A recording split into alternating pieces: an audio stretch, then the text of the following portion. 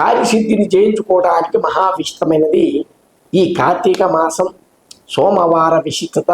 మహాశివాలయంలో జల విశిష్టతలో విభూతిని కలిపి ఆ శివాలయంలో మహా ప్రదక్షిణ గావించుకుని ఆ స్వామి వారి విశిష్టత నమక చమక అభిషేకంతో విభూతిని కలిపినట్టు జల విశిష్టత అభిషేకం గావించిన వారికి కార్యసిద్ధి చేయించి సకల సిరి సంపదలతో వాక్శుద్ధిని జయించుకుని కార్యసిద్ధికి మహాపటుత్వాన్ని చేకూరి వారి అనుకున్నది అనుకున్నట్టుగా కార్యక్రమాలు జయప్రదం చేకూరుతూ సిరి సంపదలతో తులయాడుతూ ఉంటారు. కార్యసిద్ధికి మహావిచితగా ఈ కార్తీక మాసం అది కాకుండా 9 గంటల వరకు మహారాహు కాలంలో చేసిన సకల కార్యసిద్ధి చేయిస్తుంది. మహావిష్టతగా ఈ సౌభాగ్యాన్ని పొందడానికి కార్తీక మాసం చాలా దోహదపడుతూ ఉంటుంది.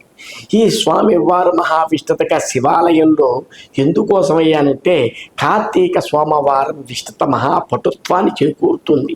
దీన్ని సౌభాగ్యాన్ని పొందటానికి వారికి భోగభాగ్యాలు సిరి సంపదలు శరీరానికి అట్లాగే మన ఇంట్లో మహా సౌభాగ్య పటుత్వాన్ని అంటే దినదినాభివృద్ధి చెందుకోవడానికి కూడా మహాజలంలో చామంతి పూలు వేసి కలిపి ఆ జల అభిషేకం గావించిన శివాలయంలో వారికి మహాసౌభ్యాలు పొందటమే కాక సౌభాగ్య విశిష్టత అంటే మనకి బొట్టు ముత్తైదులకి మహావిష్టతగా వాళ్ళకి ఇంట్లో వాళ్ళకి ఆడవాళ్ళకి మహావిష్ట దోహదపడేటటువంటి సౌభాగ్యాన్ని చేకూర్చేటటువంటి విష్టత ఈ కార్తీక మాసం మహాదోహదపడుతూ సోమవారం ఇంకా విశిష్టమైనటువంటి విష్టతగా చామంతి పూలతో అభిషేకం చేయటం వల్ల అన్ని మంచి విశిష్టతగా వాళ్ళకి సౌభాగ్యాన్ని చేకూర్చటమే కాక సిరి సంపదలు చేకూరుతూ ఉంటాయి.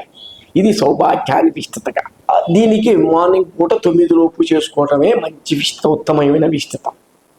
ఇది ఎందుకు ఉత్తమం అంటే 9 లోపు రాహుకాల విశిష్టత. ఆ రాహుకాలంలో చేయడం వల్ల అందరికీ ఉన్న దారిద్ర్యం తొలగిపోయి అంటే రాహుకేతువులు పటుత్వాన్ని చేకూరుతూ పోతాయి కదా, దానికి ఆ టైంలో చేస్తే మంచి విశిష్టత చేకూరుతూ ఉంటుంది. వారికి మంచి సౌభాగ్యాన్ని ఇచ్చి సిరి సంపదలతో తులయాడుతూ సౌభాగ్యాన్ని ఇస్తూ ఉంటాయి. మంచి విశిష్టత.